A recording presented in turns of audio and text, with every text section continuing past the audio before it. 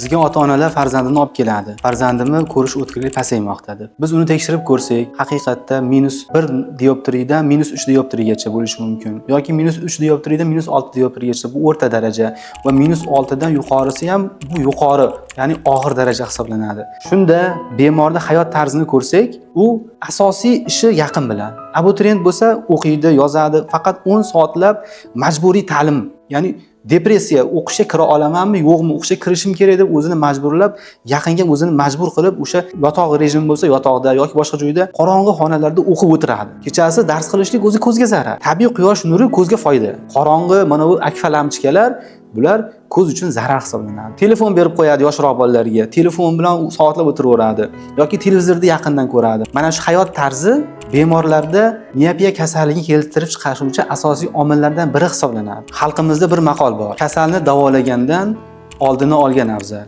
Mana shu hayot tarzini yaxshilab, uni oldini olgan afzalmi yoki 10 milliondan kasallik darajasiga qarab 10 milliondan 20 million so'mgacha pul to'lab kasallik davolagan afzalmi?